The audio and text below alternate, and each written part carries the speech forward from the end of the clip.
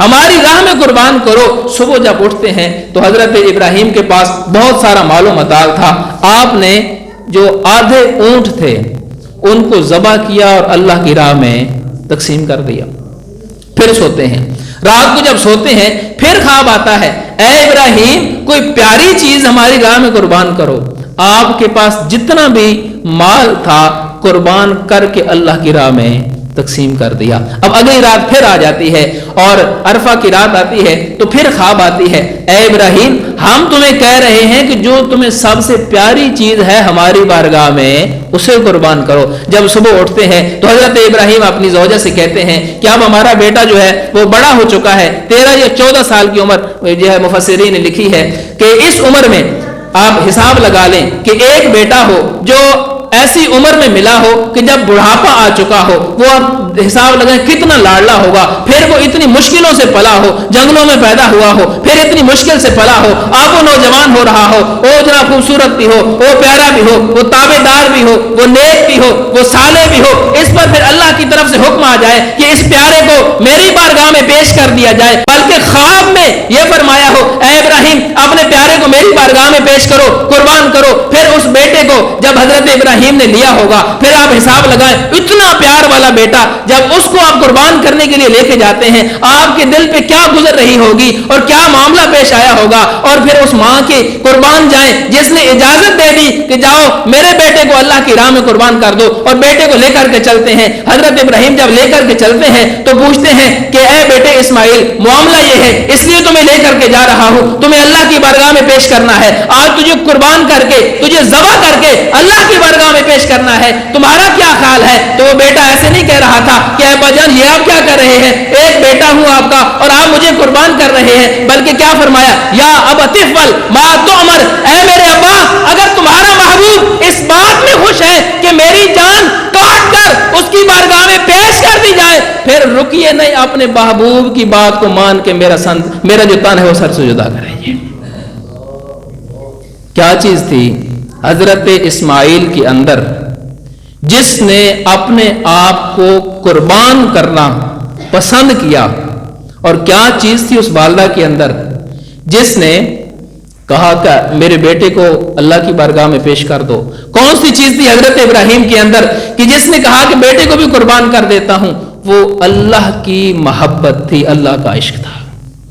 اگر اللہ کے ساتھ سچا رشتہ قائم ہو، محبت کا، اللہ کے ساتھ عشق اور پیار کا رشتہ قائم ہو جائے، پھر جب آپ قربان کرنے لگتے ہیں، آپ جو ہے چھری چلاتے ہیں، چھری چلتی نہیں ہے، پھر آپ حکم دیتے ہیں چھری چل کیوں نہیں، چل، پھر اس کو تیز کرتے ہیں، پھر چلاتے ہیں، پھر تیز کرتے ہیں، پھر چلاتے ہیں، لیکن چھری نہیں چلتی۔ آخر کار پھر جنت سے حضرت جبرائیل دمبا لے کر کے حاضر ہو جاتے ہیں، اور اس عاشق جس نے اللہ سے عشق کی خاطر، اللہ سے محبت کی خاطر اپنی جان کو، اور اس عاشق نے اپنے بیٹی کی جان کو اپنے رب کی راہ میں قربان کرنے کا فیصلہ کر لیا ہے، ارادہ کر لیا ہے، جب پیش کرتے ہیں حضرت جبرائیل اللہ کے حکم سے جنت سے دمبا لے کر کے آتے ہیں، اس کو حضرت اسماعیل کو ہٹا دیا جاتا ہے، دمبے کو بچھا دیا جاتا ہے، چھری چل جاتی ہے۔ جب چھری چلتی ہے آپ زور سے پھینکتے ہیں کہ اپنے بیٹے کو اللہ کی راہ میں قربان کر دیا ہے، جب آپ دیکھتے ہیں بیٹا مسکرا رہا ہے اور دمبا قربان ہو چکا ہے۔ پتہ چلا کہ اللہ کی محبت میں جب بندہ دل سے ارادے سے سچا ہو جائے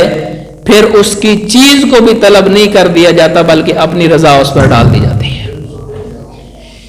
لیکن ہم اگر حساب لگائیں کہ ہم نے اپنی زندگی میں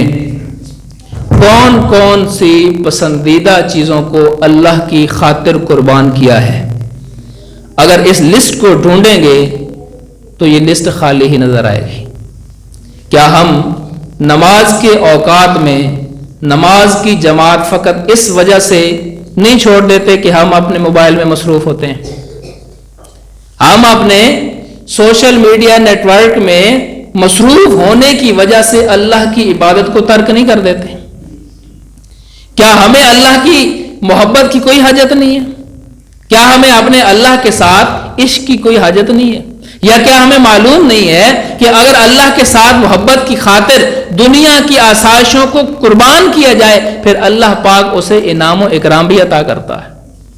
اور جب بندے کو اللہ سے محبت ہو جاتی ہے پھر وہ اسے انعام و اکرام بھی دیتا ہے، لیکن محبت جب اپنے عروج پہ جاتی ہے تو وہ کبھی حضرت آدم علیہ نبینا علیہ السلام کی صورت میں وہ آنکھوں سے آنسو بہاتے ہوئے نظر آتے ہیں۔ جب عشق مچلتا ہے بندے کی محبت رب کے ساتھ، جب اس کا رشتہ قائم ہوتا ہے اور دوام آتا ہے اور اس کی تکمیل ہوتی ہے تو وہ کبھی آتش نمرود میں حضرت ابراہیم کودتے ہوئے نظر آتے ہیں، کبھی حضرت اسماعیل کی صورت میں اپنے گلے پر چھری چلواتے ہوئے نظر آتے ہیں، کبھی حضرت ایوب کی صورت میں ساری دنیا کی آسائشوں کو قربان کر کے فقط اللہ کی عبادت میں مصروف نظر آتے ہیں، کبھی جناب صدیق اکبر کی صورت میں اپنے گھر کا سارا مال اللہ کی رضا کی خاطر، رسول کی رضا کی خاطر سب کچھ حضور کے قدموں پہ قربان کرتے نظر آتے ہیں، کبھی فاروق اعظم کی صورت میں نبی پاک علیہ السلام کے دشمن کو واصل جہنم کرتے ہوئے نظر آتے ہیں، کبھی یہی عشق حضرت عثمان کی صورت میں جب بھی نبی پاک علیہ السلام اعلان فرماتے ہیں اپنا مال قربان کرتے ہوئے نظر آتے ہیں، اور یہی عشق حضرت علی کی صورت میں